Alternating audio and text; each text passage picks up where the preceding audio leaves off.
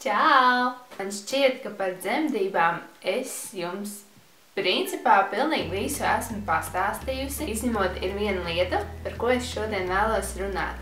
Es vēlos jums pastāstīt par dzemdību plāna nozīmīgumu. Noteikti ir kādi no jums, kas smīkņā un domā, kam tas ir vajadzīgs. Es atzīšos, arī es biju viena no tām, kas domāja, kam tad tāds dzemdību plāns ir vajadzīgs. Bet es esmu ļoti pateicīga un priecīga, ka man bija tāda vecmāte, kura man uzdeva par mājas darbu šo dzemdību plānu uzrakstīt. Reāli, ja mēs tā padomājam, kam tad tas dzemdību plāns ir vajadzīgs. Tagad es piesēdos pie galda, paņēmu baltu lapu, saliku tos punktus, par ko vajadzētu aizdomāties. Es sapratu to, ka es taču vēl īsti neesmu nemazam gatava, jo tagad tu sāc rakstīt tiešām visas savas vēlmes un savu redzējumu, tu saproti to, ka īstenībā ir pāris lietas, varbūt, kuras tu īsti neizproti, vai par kurām tu pat nebija aizdomājusies, bet kas tiešām ir svarīgas. Šis dzemdību plāns kalpo pirmkārt tev, lai tu tā teikt, visas savas domas varētu aizsūtīt kosmosā un pie tām arī pieturēties. Un šis plāns kalpo arī tavai vecmātei, kura dzemdības vadīs. Jo, ja tu būsi kaut ko uzrakstījis tiešām, ko tu esi vēlējusies, bet kad dzemdībās varbūt neiet tik viegli, tev ir aizmirsušās šīs te vēlmes, vecmāte būs tā persona, kura tevi virzīs, kura tevi teiks, nemīļā, tu vēlējies šādi, un mēs arī tā darīsim.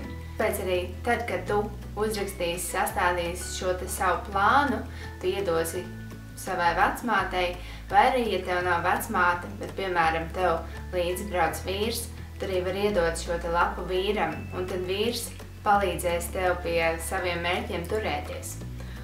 Par rakstīšanu, par galvenajiem punktiem, ko plānā vajadzētu iekļaut.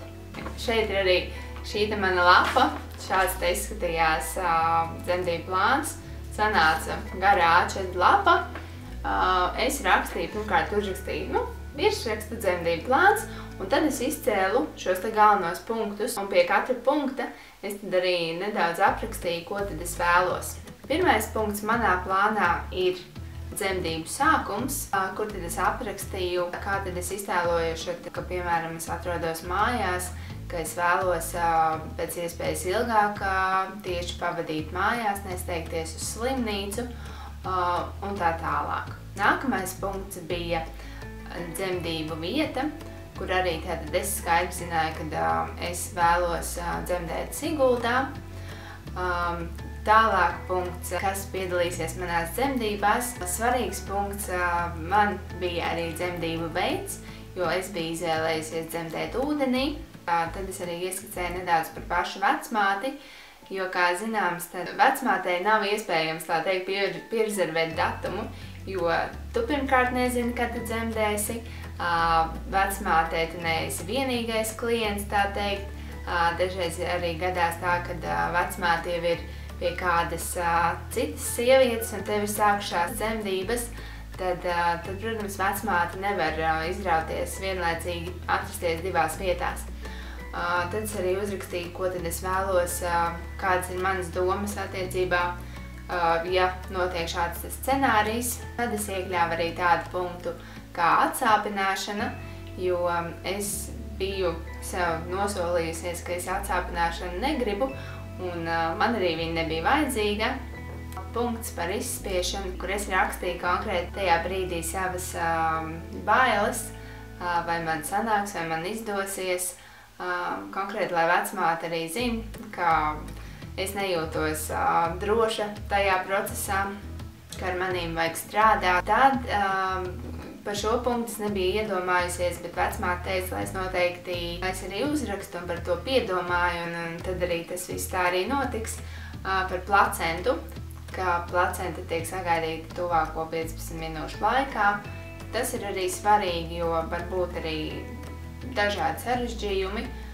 lai kā es virzu visas tās labās domas un tiešām par to domāju, lai tā arī notiek. Tad par nabas saiti, ka es vēlos, lai vīrs pārgriež, protams, par bērnu barošanu, ka es vēlos uzreiz, lai bērniņu liek pie manis, pie krūts un lai mēs mēģinām viņu barot. Un tie tad arī būtu tādi mani atskaites punkti, kas man bija svarīgi, kurus rakstot, es tiešām iedomāju daudz vairāk un jutos daudz sagatavotāk, jo, teiksim tā, es vismaz sev galvā biju izgājis visam tam notikumam cauri un gribētos teikt, ka viss, ko es uz papīra biju uzrakstījusi, viss arī piepildījās. Protams, izņemot dzemdības ūdenī, bet, ja jums interesē un jūs neesat vēl redzējuši manu dzemdību stāstu video, tad jūs varat to noskatīties. Tur es pastāstu, kas un kāpēc. Jā, šis bija mans dzemdību plāns.